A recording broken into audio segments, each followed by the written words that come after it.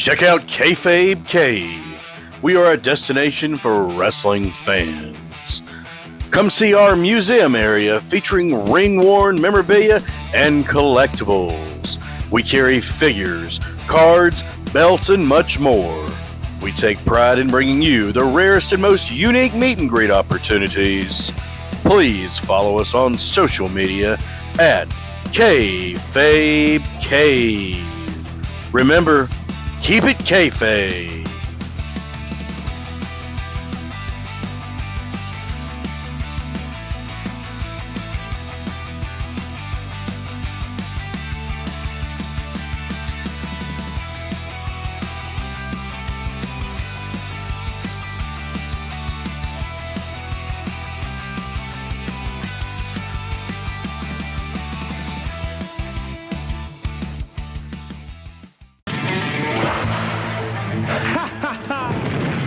Power Pro Wrestling.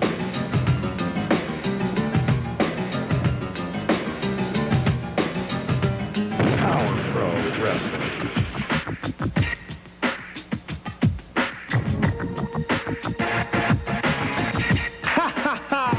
Power Pro Wrestling. The Power Hour. Hey everybody, it's 11 a.m. on Saturday morning, and you know what that means. It is time for another episode of the Retro Wrestling Review Power Pro Wrestling Podcast. Joining me as always are my wonderful co-host. Here he is, one half of the Texas Bunch. If you haven't checked out that world-class podcast, you need to. It's really good with him and Scotty Wentz.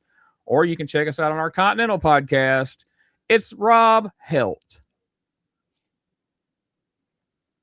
Helt. What's up, Rob? How you doing? I want to know. Hang on. What is BT doing? Well, he's preparing. He knows that I'm getting ready to introduce the owner, founder, and president of STS.Club. He is the new king of Jonesboro, Arkansas. He is King BT. The king. Oh, man. There he is. Oh, thank you, sir. I appreciate it, Gene. My best friend, Rob, over there with his Elton John look. Hey, we want. I want to let your cape blow away. By the way, yeah. I've been holding my cape. I want to. We talked about this during the week, but I do want to thank everyone that joined us on the stream last Saturday.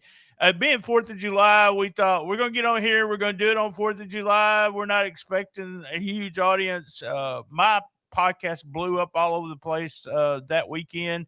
Got a bunch of audio downloads, and there was a ton of people watching the stream. And I thank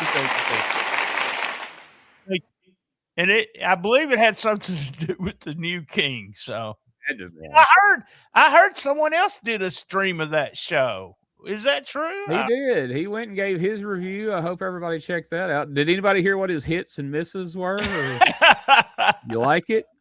I was on Facebook and watched it. I came in and Brandon and I were both there. And it was, is Randy reviewing? He's reviewing his own show. So did he like it, or was he disappointed it hold up for him? He didn't go into a lot of that. He was just more commenting on the matches themselves, Did he? Now, this is in all seriousness. Did he give any insight into how? Did WWE send him Giant Silva and be like, "Hey, do something with him," and that's what he decided to do with him? Did he give any insight how that became the new king? I don't remember him mentioning how, and of course, I probably could have asked questions, but I didn't. And rightly maybe should have, but it was his show. And so it was like, I don't want to, mess with his show, so to speak. But I have all 10 digits left after 4th of July. Right on. Rocking out. Never shot one firework. I don't shoot fireworks. You're missing your thumb. It didn't go so great, but but I've never been a firework guy. They've always scared me. You know, I mean, I could probably throw a fireball at you with some flash paper, but that's about the extent of it. Or those little bang snaps that you could throw on the ground. Those are those are okay too. Yeah, well, just saying you could throw flash papers better than some folks, because we have seen some awful instances of people trying to throw flash paper, such as Hulk Hogan at that Halloween Havoc with the Warrior. But anyway, it's in a WCW review show. So let's head back to July 11th, 1998. Of course, this is the show immediately following the Rumble on the River. So Dave Brown and Corey Macklin opened the show, thanking everybody for coming out to Tom Lee Park, calling it a massive success and the biggest crowd ever at the Star Spangled Celebration. But then they explained that fans have been sending in cards, letters, and emails asking what happened at the Rumble. And I'm like, well, there was all these people there, and it was on TV5 for free. Like, how do these people not know what happened? But they were nice enough to basically replay the entire fucking show, just about. It felt like, anyway. This was like the world's longest recap. There was a lot of highlights shown, and then we get into this week's show. So did you guys, I know there's a lot of people watching everything, did you guys hear any specific feedback from anybody about our show on Rumble on the River? Did anybody like or dislike the watch along format we used or anything like that? I didn't get any comments like that. I did get just last night. I was talking to a guy and he was like, "Hey man, that's like my new favorite show. Like, I love that show." So you know, I've heard stuff like that. So what about you, BT? I heard that they just listened to the audio and they still didn't have any problems listening to it. They didn't do a watch along or anything. So that's a good thing too, if you're just listening to the audio and get what we're saying. So yeah, I mean, I actually loved the way we did it last week, even though I bitched beforehand. So yeah, he was so, like, when I told him that's what we were doing, he was so upset. I thought he was supposed to, like, refuse to do the episode or something, and then afterwards he there he is holding his cape again. Well, the king expects it his way, like other kings of burgers and such. Oh, so we see the replay of Rumble on the River, and then we hear from Randy Hales, and I want you guys to kind of pay attention and listen to this, and you tell me if he has not, in his mind, officially turned heel by introducing the new king, but he's also playing it like I don't know, when he talks about Lawler, he gets really heelish, and then when he's not talking about Lawler, he kind of lightens up. He's figuring it all out right here. Let's check this out. Walking this way. Here's Randy walking around. I want to talk to him a moment, Dave. Big confrontation with him and Lawler down at the Rumble on the River the other day. Yeah, a big confrontation period between he and Lawler. Randy, I want to say something to you that it's no secret. I've told you at the office. We've talked about it in private, but I'm going to say it in public here today. That what's going on with you and Lawler, I'll tell you right now, I'm really concerned with you with this whole entire situation. First of all, I think people don't realize that Jerry Lawler is absolutely the most egotistical human being I have ever seen in my life. Now, people, what Jerry Lawler has done, not only his whole career, but his whole life, is brainwashed and manipulated people to believing in everything he says and believing everything he does. And Corey, apparently, you, just like the whole city of Memphis, have bought into the situation, but I'm the only person around that can't be brainwashed and can't be manipulated by Jerry Lawler. Now just let me, I don't want to argue with you, Corey, but I would just like to go ahead and say Jerry Lawler did it himself a few weeks ago. He came out on this television and said it was time to hang it up. Is that right? Yes, he did. Yes, he Jerry did. Lawler said that himself. I came out, made a big deal, big search nationwide, crowned the new king. And because Jerry Lawler not only is the most egotistical person in the world, Jerry Lawler is also the most jealous person in the world. He was so jealous, he had to drive down there. He tried to come in and bust that party up. He had his, Stacy attacked me, absolutely attacked me. I should have had her arrested, but I didn't. So that was the situation that took place at the Rumble on the River. Well, let me tell you something right now. This is all I will say right here now. I called Jerry Lawler. I left emails to Jerry Lawler and demanded that he come to this TV studio today because in front of Memphis, in front of everybody here, I will confront Jerry Lawler. I will tell Jerry Lawler exactly what I think of him, and if it has to be settled physically, I am prepared. Oh, come on, Randy. Now, you don't want to get involved in that kind of stuff. Not against Jerry Lawler. What do you think? I have demanded that Jerry Lawler come here today. He should be here. I'm waiting for him, and I will be right out here quick. Well, Dave, you know, I don't know if Randy's dreaming or what he's doing, but that dream he's in is going to turn into a nightmare with Jerry Lawler. All right, man, I'll tell you what. Randy's a heel, but Randy's only, it's like you said, he's only a heel with Lawler, right? Yeah. I don't know that I like it. I like it, but I don't know that I buy Randy. It felt weird because he's like, you know, because Corey's like, oh, no, yeah, I don't think it's a good idea fucking with Lawler. And Randy's like, well, I'm not gonna argue. He was argumentative, but then when he realizes like, oh, this is directed at Corey, he shifts gears and he smiles real big. He's like, I'm not gonna argue with you, Corey, you know, and then he goes back when he starts back talking about Lawler.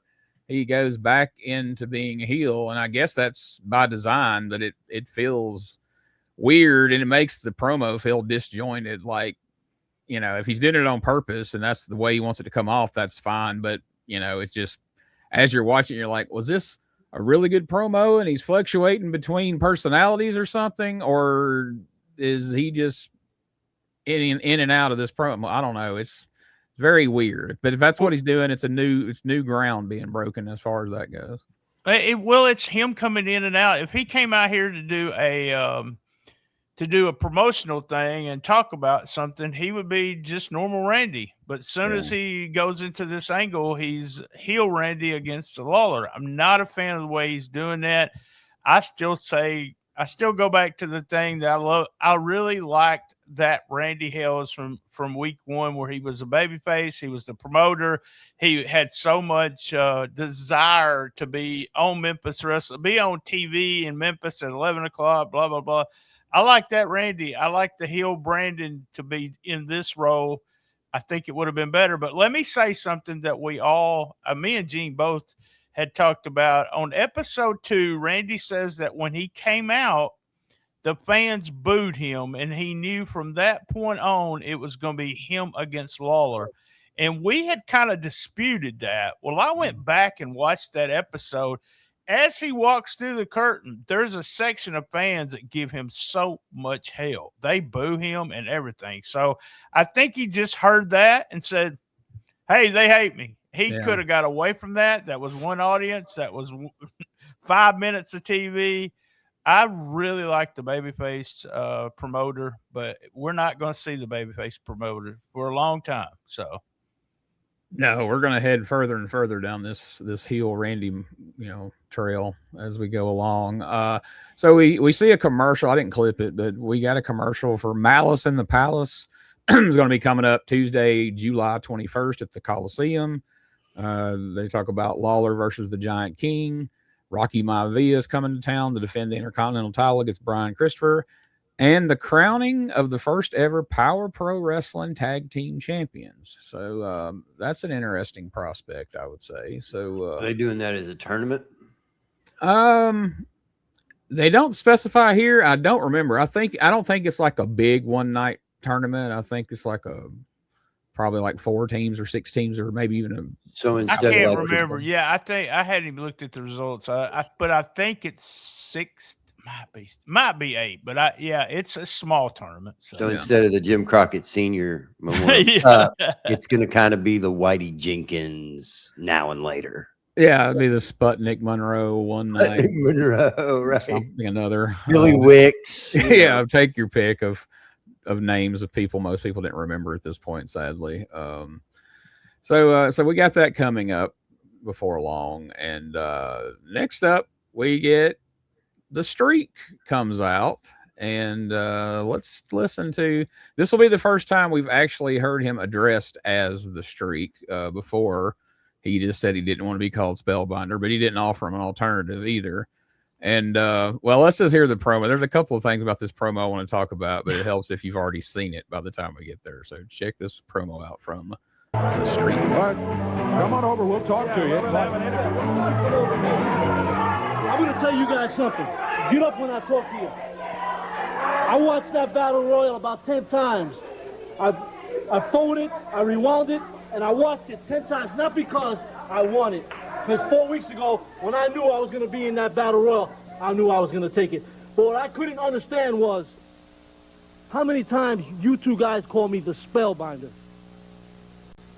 I asked you last week and the week before not to call me the Spellbinder. As far as I'm concerned, a few weeks ago, you found a few guys in the back lane beat up with a stripe on their back. Well, let me ask you a question. Who do you think did it? I think now we know. So if I hear my name called the Spellbinder again, the both of you will end up beat up with a stripe on your back.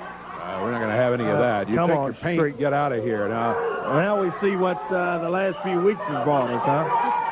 Here against Tony Falk today. Yeah. Don't forget, this is not all. Got a big tag team match after this. Billy Joe Travis will be teamed with Bulldog Reigns. Bulldog was in that Rumble on the River a long time, too.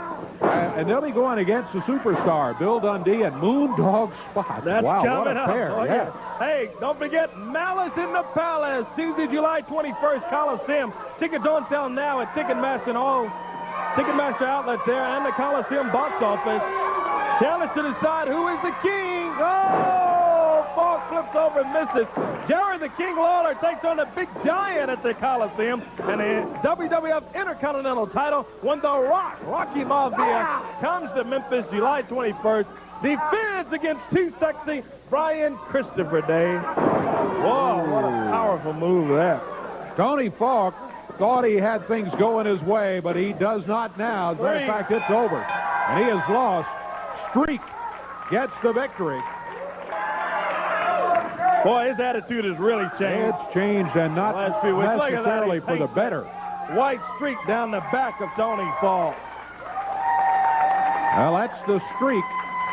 He heads out of here with a victory, another victory, I might add. Oh, yeah. He's on quite a... Oh, boy.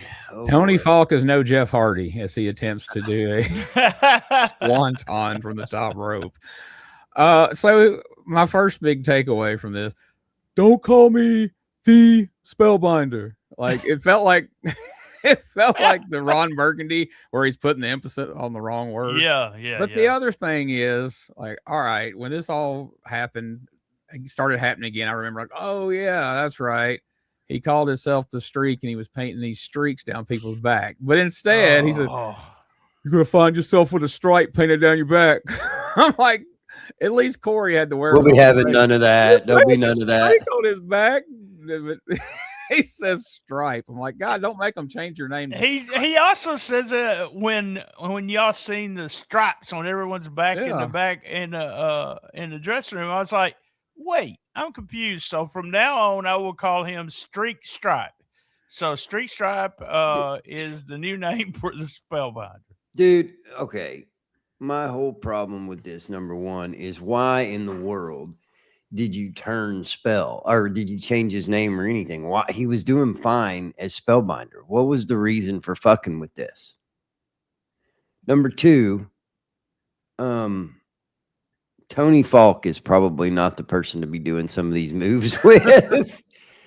I don't like it. I don't understand it. I don't know where we're trying to go. Leave him alone. Fuck, he was fine. Why would you do this, BT? Man, Rob, I'm with you. We were talking to the first, second, third show, and I said there's three guys that, that are really shining and coming out, and Spell looked like $1 million at this time. Yeah. And why would you try to now? Y'all can tell me if I'm wrong, but the Sputnik Monroe thing is the reason why we got the streak, right? Is that what he's like getting? I mean, I'm reaching probably for that one. But yeah, I mean, I would not have touched what they were doing with. Now he had 3 weeks there. He was all confused. He's going heel, going baby. But still, I mean, to me, he should be center of the promotion, I know why. Does anybody remember when old Big Mo landed on his head in that match on week 3? That was it, Rob. That was it. So now Spellbinder's mind is not right for me. That's the outline of Mo's ass crack. That's where it hit right on his head there. That's right. it. You with that dramatic camera switch, you managed to nail this. See, now I don't know, and I would like one or both of them to address this. I don't know if moving away from Spellbinder was a Randy thing or if it was a Dale thing, because Dale would spend the next few years trying to move away from Spellbinder. He's the Streak, he's Shock, he's all kinds of different names and looks that he tries to use, but always he would eventually have to reset back to the Spellbinder. And I think that was maybe a bit of a mistake trying to move away from that. I don't know. I'm going to ask that question right now. Okay. And, Streak, he's painting stripes down people's back. Streak stripe. Now, as far as the confusion of he's a baby face and now he's acting heelish, but he's still helping get Brandon's head painted. I think that is in '98. All these bookers and promoters saw Steve Austin get over as a quote unquote tweener, and everybody thought that was the way to go. Oh, we'll just follow that Steve Austin mode of he's a tweener. He might just whoop anybody's ass. And oh my God, yes, that worked on Monday Night Raw and it worked on a nationwide platform. But in Memphis, Tennessee in 1998, that doesn't work, man. It's not feasible. Doesn't work for me, brother. Yeah, there it is right there. That doesn't work for me, brother. No, unacceptable. Well, anyway, so we'll see how this continues to progress. Gene got a soundboard, guys. Yeah, that's Smokey thinks he's big stuff now, and he's switching cameras on you over there. He's getting in the production side. He needs to learn how to keep this damn recording going before he gets too fancy. For nobody but us that knows what the hell that means. Right. Up next, Brian Christopher is going to come out and he's going to talk about this big match coming up with Rocky Maivia. So let's hear from the two sexy man, Brian Christopher, in there. All right, Dave Brown. Brian, congratulations on the victory at the Rumble on the River, and I know you got the biggest match of your life coming up here. The biggest match of my life, Dave? I think so. The Intercontinental Championships on the line. Well, Dave, before I talk specifically about the match, I want to talk about wrestling in general. Everybody knows that professional wrestling right now is at its peak. It is hotter than it's ever been before. And these people know it, and everybody around the country knows it. Now, the WWF that I'm under contract with, they're doing record-setting business all over the country, all over the United States and Canada. Every arena that we go to is sold out. And Ted Turner's group down there, the WCW, everybody knows they're doing okay too. But what I want to talk about is just 3 months in existence, Power Pro Wrestling. I'm amazed at this company right here and the success that they've had. Come a long way in a short time. You're right. Yes, the TV ratings have been great. The fans coming out to the buildings have been great. And I'm proud to be part of it. Now, you said I got a big match against Rocky Maivia coming up for the Intercontinental Heavyweight title. And ever since I've put on a pair of wrestling boots, put on some wrestling tights, and stepped in that ring, my goal was to be a winner. And then when I was a winner, Dave, my goal was to be a champion. And I want that belt bad, Dave. And everybody knows that he's coming in here to my backyard. He's coming into the Mid-South Coliseum. And wherever I go around the country, when I'm in Madison Square Garden and I'm standing there and they announce from Memphis, Tennessee to sexy Brian Christopher, I'm standing there proud. I'm proud to be from Memphis, Tennessee. A lot of people all over the country, they knock the South. They knock Memphis. They think we're all a bunch of rednecks. Well, Rocky Maivia, when you get to the Mid-South Coliseum, I'm in the best shape I've ever been. I'm in the prime of my career. and I want your title. Now, I know we had an interview from The Rock, didn't we? But we can't play that, can we? Tell the people why we can't listen to what he had to say. Well, he had a few words in there that we didn't want to put on television. Some profanity, didn't he? Yeah. Now, is that any way for a champion to act? He sent an interview down here with a bunch of profanity. We got all kinds of kids watching this television program, you know. I started watching wrestling when I was about 6 years old. You got 6-year-old people, and you want to use profanity right there on TV. Well, Rock, you're not a champion. You're not somebody that the people can be proud of. I'm from Memphis, Tennessee, and when you get there, all these people in Memphis, they're proud of me. And I'm going to take your title. I'm going to take your title, and I'm going to make you the last thing you hear. The last thing you hear when I take your title there in Memphis, Tennessee, it's not going to be these rednecks cheering me on. It's going to be me laughing in your face, punk. Too sexy, Brian. Be there, baby. The Malice in the Palace. I will be there. It's coming up July 21st at the Mid-South Coliseum. Oh, and here comes Kid Wicked. Wicked, this is not your interview time. We're talking to Brian. Whose time it is? Mr. Too Sexy, Mr. Worldwide. How could you come out here and insult all these people's intelligence and say that you're a part of Power Pro Wrestling when you know that your priority is the WWF and you can only make it here when it's convenient for you? Well, no, that's not true. Those are big words coming from such a small little man. Listen here, Tony Williams. No, Kid Wicked. No, I would call you Jabroni Williams is what I'm going to start calling you from now on, because that's what you are. You're a jabroni. Jabroni Tony. This was my interview time. And I've been here week in and week out. And what matters is I'm going to be here today, and I'm going to set foot in that ring. And it's going to be me versus you, Tony Williams. You got a problem with that? You think you ought to be the one getting the title shot, huh? I ain't got a problem. The problem is I'm going to beat you, and I'm going to be the one to get that title shot. Come on, guys. Wait a minute. Hey, keep them apart. Yeah. We'll be back. We got a tag team. Well, I don't want to hijack that segment right there, but I got a message back on Spellbinder before we leave that. Yeah, let's hear it. Spell wanted to do the street character. I figured out how to do it. He was always thinking of ways he thought would get him on the main WWE roster. I always thought that Spell had a better personality in the dressing room than on camera. That's fair from what I've seen. Yeah, I think it's very fair. Oh. But yeah, that was always the impression I got, that was a Dale thing, wanting to change his persona, not a Randy thing.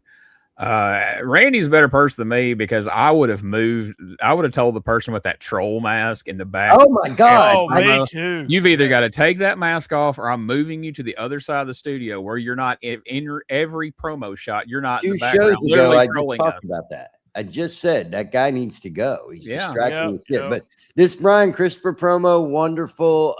Tony Williams, Jabroni Tony, really good. I got no issues with this one. BT? No issues with the promo. I thought it was excellent. Brian's always good there on the mic. I have issues with, we got The Rock coming in and we don't know how to use the beat button. Yeah. They said, what, he was cussing? Well, we use, it's called beep, beep every time he uses it. In other words, we don't have the promo. We didn't get it.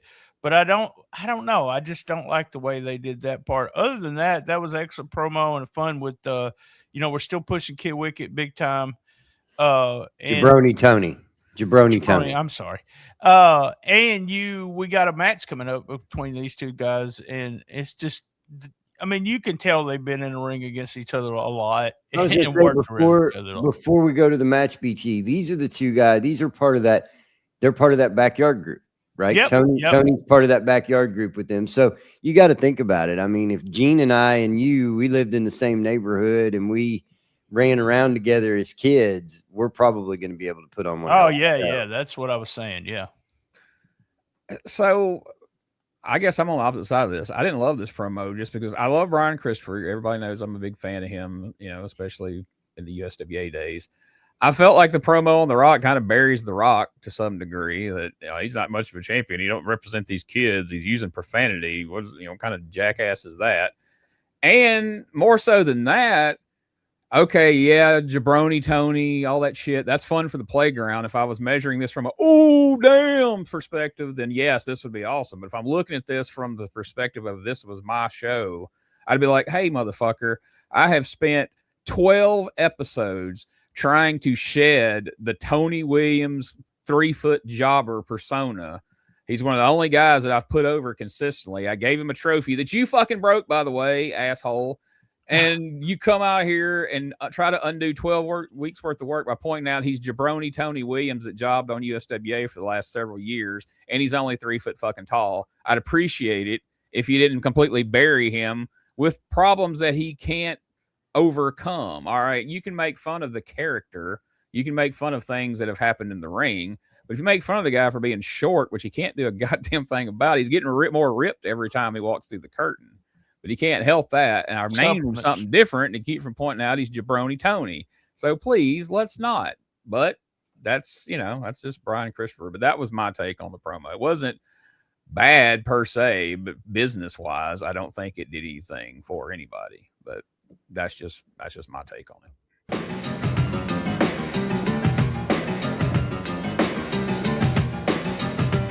Power Pro Wrestling. Hey everybody, I'm Gene Jackson, and I want to introduce you to the Retro Wrestling Archive Podcast Network and the great pro wrestling nostalgia podcast we bring, including the Retro Wrestling Review Series covering the USWA, Memphis Power Pro Wrestling, Continental Championship Wrestling, and we've just added World Class Championship Wrestling, and now ECW. Plus great interview shows like Beyond Wrestling with Robb Helt, where the stories go beyond the ring.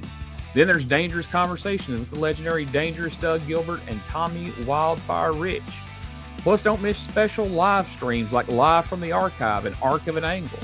And the Retro Wrestling Archive Network is growing. We're proud to feature the affiliate shows like STS Pod, The Hang, Classic Pro Wrestling Talk, Get Your Bell Rung, and even more great shows are coming soon. But that's not all. Join the Retro Wrestling Archive Patreon for exclusive bonus content, early podcast releases, special extras, and access to a Google Drive that is absolutely busting at the seams with territory wrestling history, including our legendary Memphis Mega Folder. Podcast, interviews, watch-alongs, live streams, YouTube, Patreon, territory wrestling history. It's all waiting for you at RetroWrestlingArchive.club, where we're preserving pro wrestling history daily. Don't just remember it, relive it.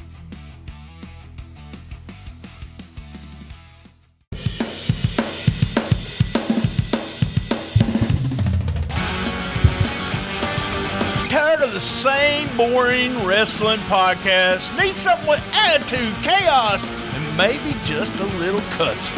That's STSpod.club, and we got it all covered. We've got wrestling weirdness with WTF News Desk, 5-minute time limit, and the southern fried brain of me, BT, steering the whole ship.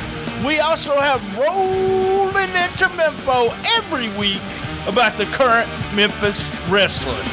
Interviews, hot takes, and wrestling outrageousness so wild it might get you banned in 12 states.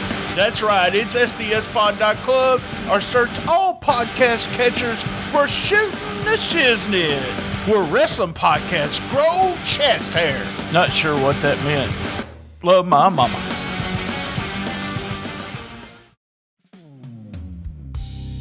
Step inside the Neutral Corner Lounge, grab a drink, and pull up a chair.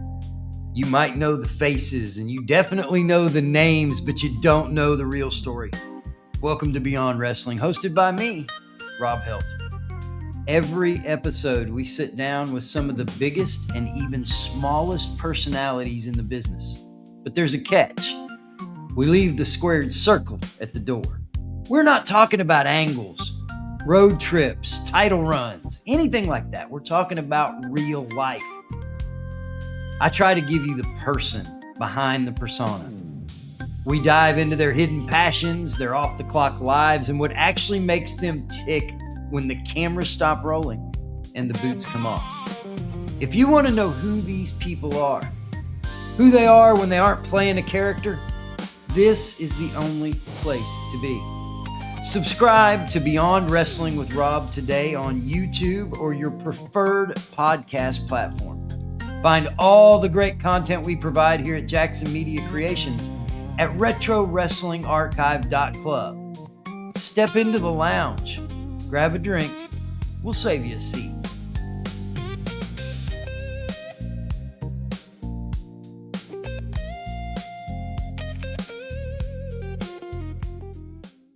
Next, we had I didn't clip this, by the way.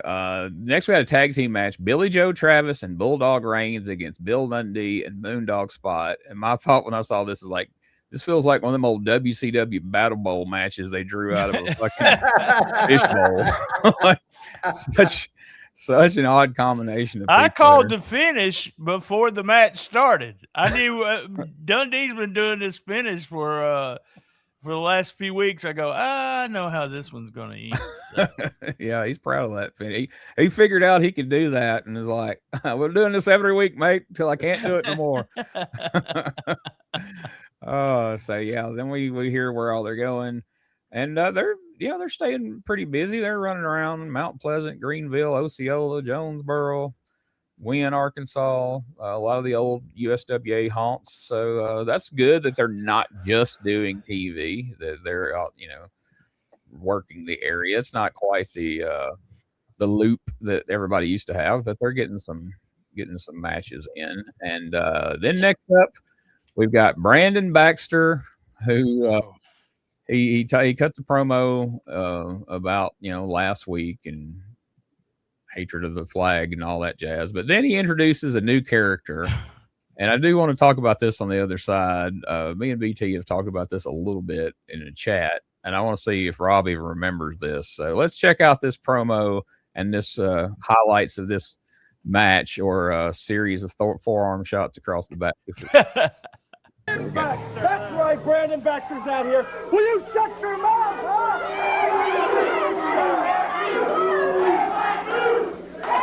Hey, yeah, fans are chanting red, white, and blue. Hey, yeah, that's great. Speaking of that, let's take a look back last week. Rumble on the River. Here it is. There it is right there, yeah.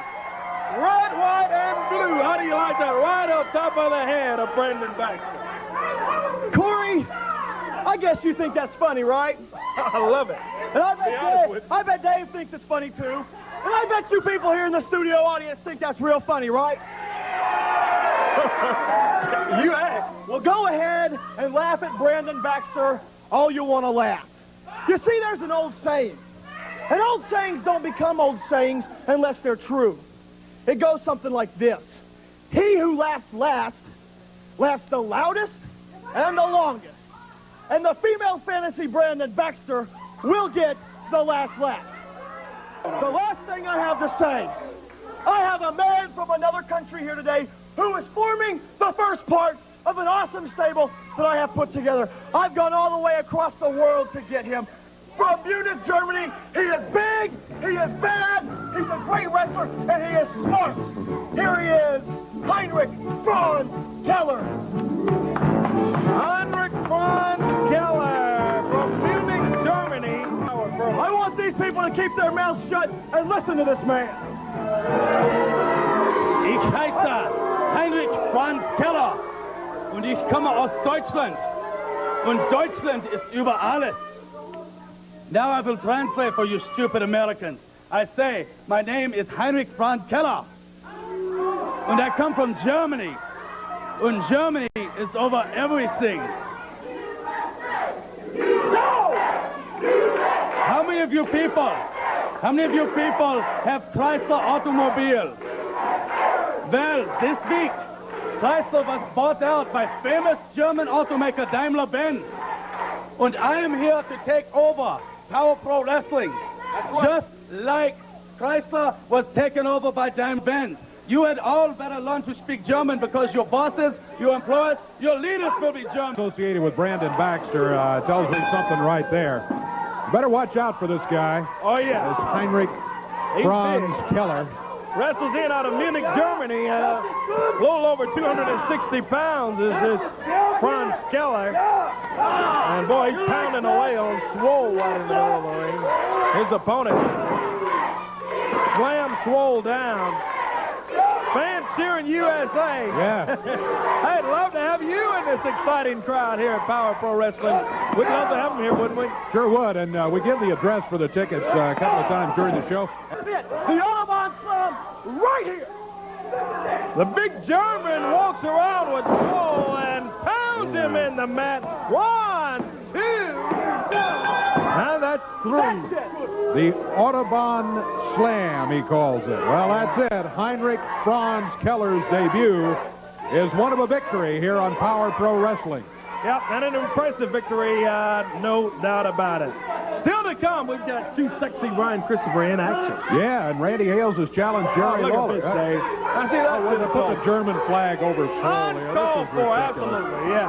Here's Bruno, the chief referee, senior referee. Oh, look out, Bruno. Oh, he's nailed from behind by Baxter. And now this great athlete that he's brought in attacks downtown Bruno. Oh, and he lays the German flag on Bruno.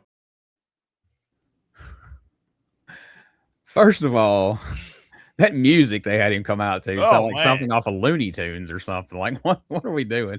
I cut out the part where Brandon talked about the fact that his mother was from Okinawa, and so he's not officially 100% American. So that's part of his issue with the flag, I suppose. But I skipped right on to the part where that's a shoot, by the way. Yeah, I believe that. I don't know. It really justifies all that. All that bullshit. Last couple weeks. Yeah, but so then I clipped to the part where we get this brand new person we've never seen before. He was not in the Rumble on the River Battle Royal last week. No, he did not walk out with all the baby faces. He was not wearing purple tights 1 week ago and being called Trey Keller once during the entire match. You didn't see that. That didn't happen. This is Heinrich Franz Keller, who speaks flawless German. He's not Trey Keller from Jackson, Tennessee. No. This is a guy that we just shipped this mug in from Germany. Just got off the plane this morning from Munich, Germany. So nothing I'm saying here is to knock Trey Keller. I knew Trey Keller. He could be a nice guy. Once he got out of the business, he was a much nicer guy than he was in the business. I'll say that for him. But my biggest thing about this was the fact that we had just seen Trey in that fucking battle royal a week before in purple tights. He come walking out with all the baby faces. And I think one time Dave Brown called him by name. And now we just act like that didn't happen. Here he is. He's Heinrich. What do you think of this new character, Rob?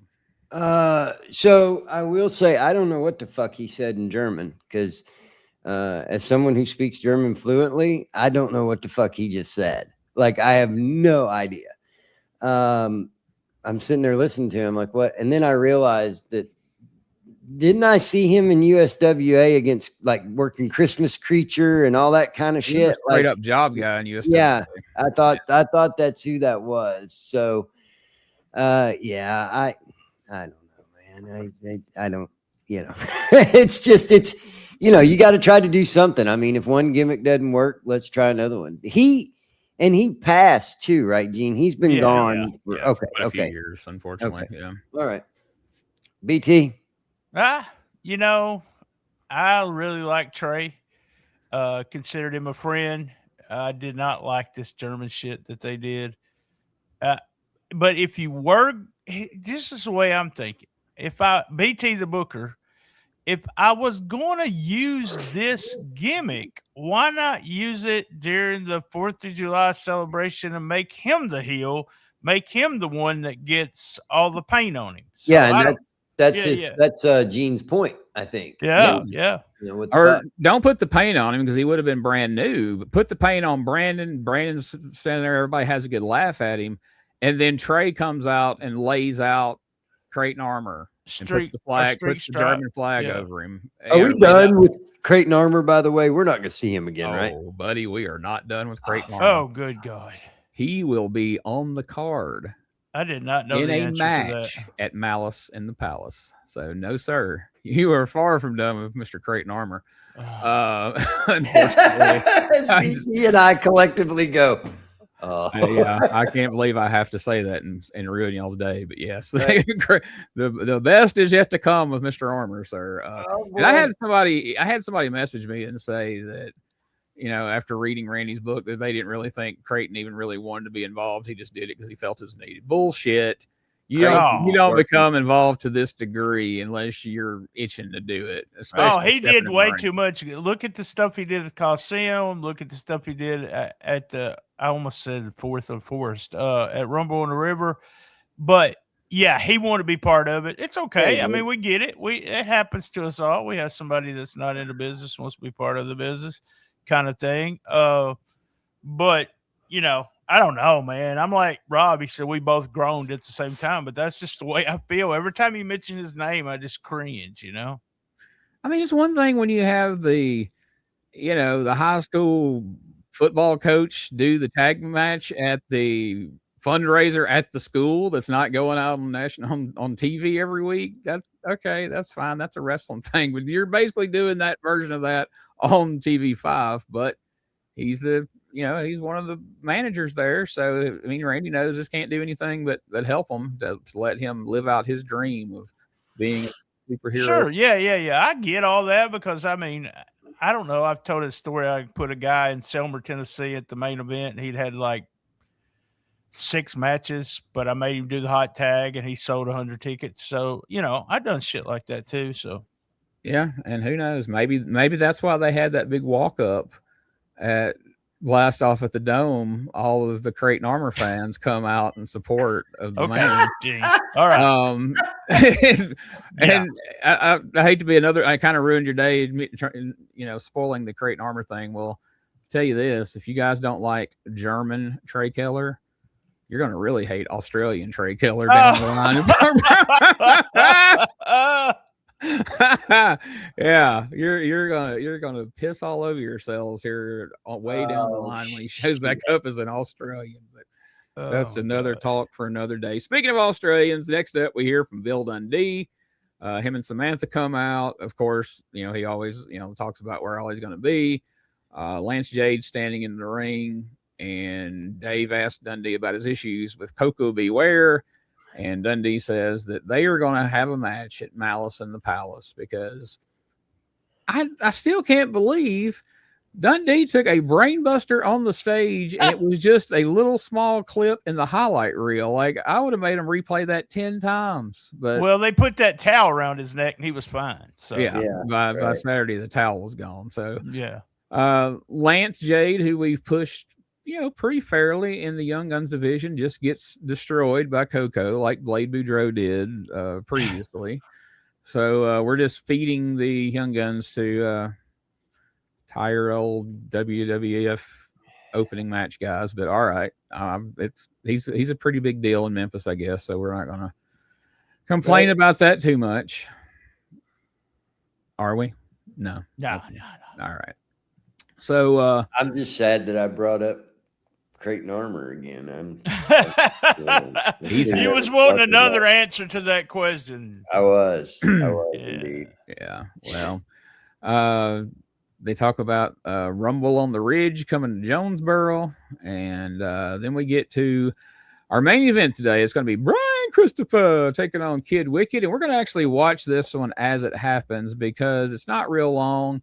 And it has some Jerry Lawler and Randy Hale shenanigans intertwined in it. So rather than trying to chop that up, we're just going to watch it together. We can talk about it as it's happening. So put that on the screen. Corey getting ill with Kid Wicked here. Look at that. Good. Beat his ass, Kid Wicked. Call you a midget. Call you a jabroni. Dynamite Kid. Oh! Talking about that. Damn. That was on concrete, no? Yes. Oh, yeah. And his back hit before his feet did. Holy shit. He didn't have a chance to stop his snapped fall. that motherfucker, too. We might have something. We need to interview him and ask if that's where he's a huge Dynamite Kid fan, because there is so much that he does after we mentioned it. That was that snap, wasn't it? BT, that snap yeah, it hurts, man. It hurts when you. It hurts in a ring, dude, on the floor. Whew. Yeah, when I watched this the other day, I was like, "Holy shit!" He's at the ring doorbell. I've been at that door, ringing that doorbell. My God! And Randy wasn't letting you in either. He wouldn't let me in either. I said, "I'm the new king." He said, "You are not the new king." BT. Oh shit! Oh my God, that was almost bad. The Battle of the New Kids. I just love Ryan Christopher. Ryan Christopher. That's right. In there. And so it's not just like Randy Hales and the Power Pro Committee can say, okay. Damn it, Brian, I'm not short. I'm not short. Quit telling everybody I'm short. I can't believe he didn't try to get some of those cane boots, with like the 4-inch lift. Right. Yeah. 4-inch lift on him and shit. You look at these two guys, they look alike, they sound alike. If he would have just been a little bit taller, he could have been really. Oh my God. Like the opening to the Donna Reed show there. No. It was Patty Duke. It was Patty Duke. That's it. Patty Duke. Yeah. That's what they walk alike, they talk alike, at times they even because they're cousins. That's where I thought we were going. That's pretty good, Dean. That also, fuck you, dickhead, because you just showed our age. I know. Too bad Smokey didn't have that theme song waiting in the queue there. We didn't know that, BT was going to say that. But you never know what BT's going to say, ladies and gentlemen. And that's why you tune into these shows, to get BT's take on things. I think Smokey still. I hadn't even heard from Smokey since. I did hear he's from at that cafe, I think. BT, Smokey said he no longer has heat with you. He's good. He's turned over a new leaf. I don't know. I can't trust that. He found Jesus. That can change on a dime. So he found Jesus. We didn't even know he was missing. But oh my God! Fuck you! Hey, Brian! I knew it was coming, and it still got me. He's perfect. Here we go. Thank you very much. Well, honestly, Brian was a lot kinder with his. He was. He didn't give that Dynamite Kid snap to it. Of course, he probably also had something to do with the fact that Tony just nearly died 2 seconds before. He covered that shit quick. Boy, that looked good. We'll be talking about that on the backside. Bless his heart. There you go. Tony looked like a $1 million. Like, he keeps this every week. He's a little more ripped than he was the week before. Just bless his heart. If he'd have had some height on him, he could have done no telling what. Oh, it's going in his pocket there. Uh-oh, he's got a chain. Wait a minute. Ryan's reaching down the front of his britches. He's got a chain too, guys. Oh. I just thought they was playing with their things. That's what I thought. Oh, boom. There it is. Really like that match. Real good match. Yes. Exactly what it's supposed to be. Perfect psychology, double down, whole 9 yards there. I love the chain gimmick where he uses the chain on him. Yeah. Ryan Christopher. It was so quick, he almost missed it, but he had a chain around his fist. He said, you do what it takes to win. That's the attitude he's going into the You do what it takes by Jerry Lawler. Here he comes. Lawler looks like the Brooklyn Brawler out here all of a sudden. I want to know. I don't care what happened to us. I want to know where. You don't care what happened to you. And where's Randy Hales? I haven't seen the Giants since last week. Well, I saw the Giants just a few minutes ago, and I know he's here, and I know Randy Hales is here. Where are they? I haven't heard from Randy Hales. He hasn't been talking in my ear the last 15 or 20 minutes. I don't know Thank where. God. You go that way. I'm going this way. Find Randy Hales. What's wrong with Stacy? Let's take a quick break and let's get this Giant security. billing episode of Everybody Loves Raymond. He couldn't be here this morning. They're just telling me, we've got a permanent camera in the director's booth we use on the newscast. Can we go up there right now? That's where Jerry is. There's one of our producers, George. Hey, look, I know that Randy Hale sits up here every single show. Push him down. Hey, look, get out of my way. Oh, come on. Get him up here. All right. Hey, I'm going. Don't worry. There's our director, James, and Lawler's on. That's where Randy usually is. But as I said, Randy had been talking to us. I haven't heard of him. So I don't know where Randy is, but Lawler is looking for him. And what happened to him and to Stacy? That's what I'm wondering. They look like I don't know what's happened. They're all dirty and filthy looking. They're all dirty and filthy. Really homeless out here. That's a Cleveland Indian shirt. Good God. I don't know. If I knew, I'd tell you. I don't know where Randy is. You know, and I know Randy Hales. You're here somewhere. You know what's going on. You know the little setup and the little stunts you pull. Yeah, he emails me. He faxes me all week long and says that I got to be here this morning on TV. I got a big match. Right, yeah. Okay, well, what happens is when I get out of my house and get out in my driveway, there's a 7'4" tall idiot standing blocking my way. Now, I get out, and this is what happens right here. Now, Randy Hales, let me tell you something. Yeah, I'm bleeding, but so is your stinking giant. Next time you see him, you're going to see some blood on his head. And I want to know where you are because I'm going to put some blood on your head. Like I said before, there's only one king, and you're looking at him, Randy Hales, so you might as well get used to it. Everybody else has gotten used to it. You better get used to it. If you don't, all you're going to do is you're going to get hurt. Do you understand what I'm saying? Then get him down here right now. Get him out here. You might say something about fired up. I understand you're upset. Boy, I'd be upset, too, if this happened. No, you wouldn't be upset like I'm upset, Dave. I don't know where You're not upset like he's upset. He was out Come here on. for a live interview. He would talk to us. They give us cues in our Giant's ear. freaking driveway, Dave. You ever had that happen? The Giants show up at your house? He's mad at your weather report. All I could Come on, let's do it right All here. I could see was that giant standing out in his yard with the cape. Holding that cape on. Yeah. Like I said, As Lawler came out. If the giant has been here today, You only get hit half as much because he's only got one arm free. So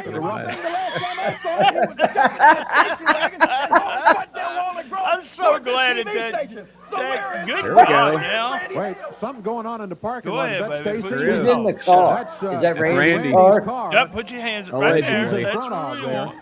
Boy, that is a fancy car for an owner and operator and whatever, leader. And Waller's headed in that whatever his direction. catchphrase That's Randy in there. Yeah, Randy's blowing his horn trying to get Stacy to move. that Lawler loves breaking it. Man, you ain't kidding. He must have owned stock in a windshield Randy business around there. is not about to let him in there. Why didn't he do it on the side of the drive? That's where I would have went for somebody I hated. Oh, my goodness. I'm guessing Randy told him, go around the other side. I'm not going to be able to see how to leave. Blow the spot, Lawler. Now security trying to get things squared away. I wanted to put a and sound Randy effect to that. has pulled away. Like that. As Lawler yelling at him, come back, and waving the baseball bat. He blasted that windshield half a dozen times, and Randy is now gone. Stacy was blocking the way. She apparently found it. Lawler said, you go this way, I'll go that way. She apparently saw Randy. That was Bruno's car, dummy. I wasn't even in Here my comes car. Lawler and Stacy back into the building. A very upset Jerry Lawler says he was jumped by the giant as he was trying to leave his house to come here today.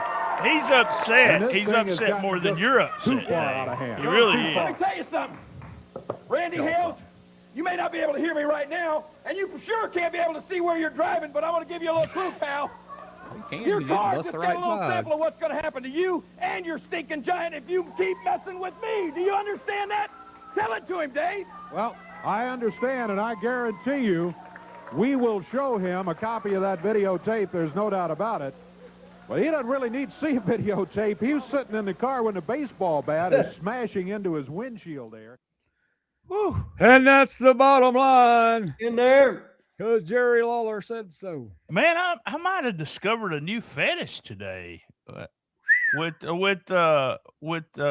all this clothes ripped and dirty and everything. Yeah, that was hot, man. I don't know. Man.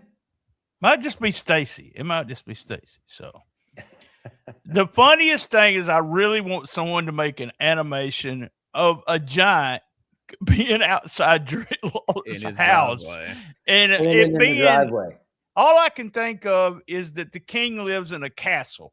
Yes. So he's in this big, huge castle. You know somebody's and he going comes to be out. detailed because somebody's going to make this for you, BT. This is going to be in one of our inboxes. He comes out, and the king, the new king, is outside with one hand up and one hand holding his, and his crown's all fucked up where somebody fell on it last Saturday and he didn't get a new one. Yeah, that's funny. I'm not buying you another one. You shouldn't have fell on it, dummy. Oh, my God. He's bad. Man. Do you think that was a choice to not show him on TV this week? Yeah. He probably wasn't anywhere to be found. Yeah, he was. I know that he wasn't literally. I know. I mean, but I'm just saying. Do you think it was like, let's just do an angle where nobody has to see him and see how until we go to awkward Mid-South he Coliseum? is? Maybe. Yeah. Because once That you was- saw him in that little showdown at the end of last week's show, I'm not buying a ticket to see that guy do anything, much less try to wrestle. Yeah, but he's handsome. That might be it. Boy, That might be- he's man. Yeah, I had a couple people message me and go, yeah, Mongoloid Robert Barone, aka Brad Garrett. That's who this guy is. So I'm proud. I was had able someone message me this week that they wanted to know if Dave Brown is Dave Brown the weatherman. So we'll have to vote on What? What the fuck? the weatherman. What other? So they think it would be just coincidence that another Dave Brown gas station is on TV5. Yeah. There's a strong The resemblance Maine, to that though, weather he would guy. be at Maine in Memphis. Oh, instead in of Memphis, just the he's definitely weatherman. the Maine. Yes, for sure. The weather Maine, if you will. Man. All right, that's the end of the show. So I guess it's time, BT, to ask those questions, as Corey said earlier. All right, let me. You asked. How about you, Rob? Hit. What was your hit? I like the Brandon Baxter promo.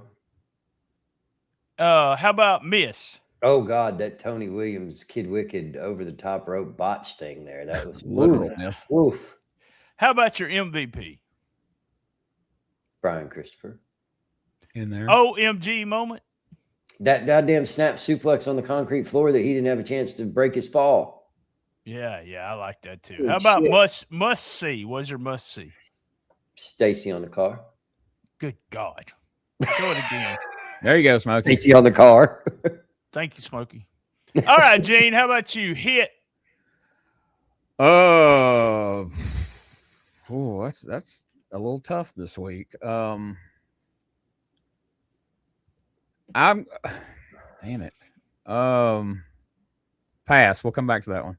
All right, miss. Miss the Trey Keller promo. MVP for this episode, I'm going to say Corey Macklin. He's back in the saddle. All right. How about OMG moment?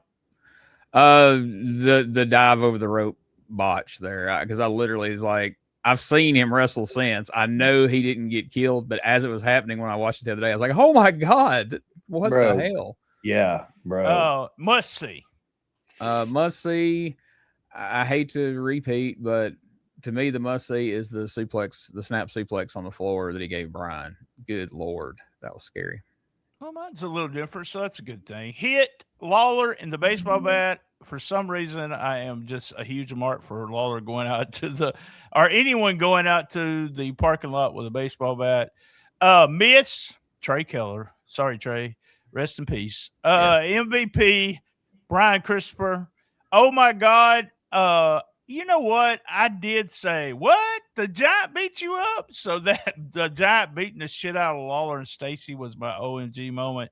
And must see is Brian Christopher against Kid Wicked. What's happening is Malice in the Palace, 7/21/96 for The Rock versus Brian Christopher. We have one result. They went to the casino on Thursday, 350 people. Master B beat Bulldog Reigns. Streak beat Trey Keller. Bill Dundee beat Coco Ware. Robert Gibson and Lance Jade beat Kid Wicked and Derek King. Brian Christopher beat Billy Travis by DQ. And Jerry Lawler beat the Assassin who was Tracy Smothers. I don't know what they were doing at the casino there. Sounds like but the Rock and Roll Express was advertised for that show, and Ricky didn't show up. So I wonder what's going on there. Interesting.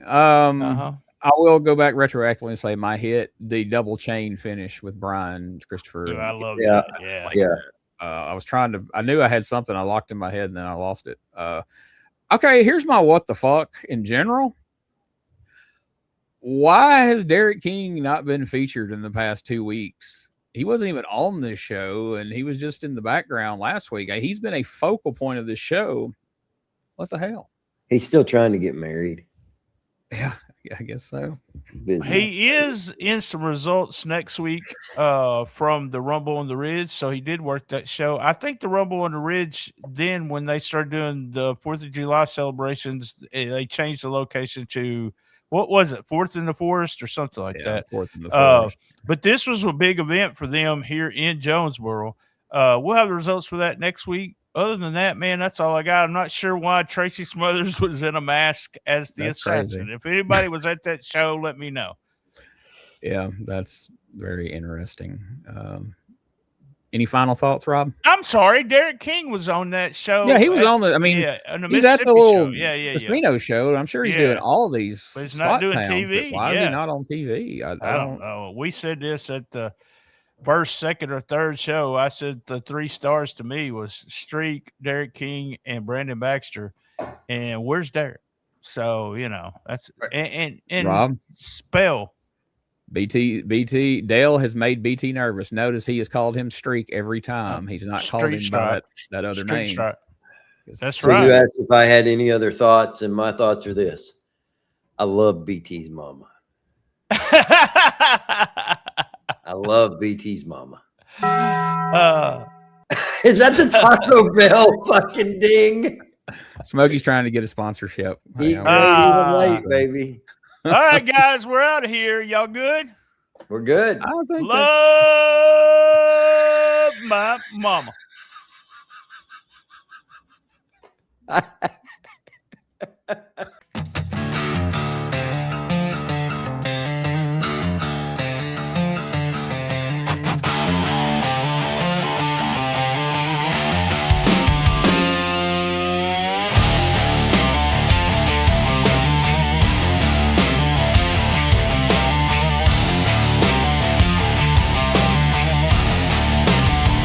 Got a stack of VHS tapes, dusty old newsletters, dusting men in tiny capes, playing old video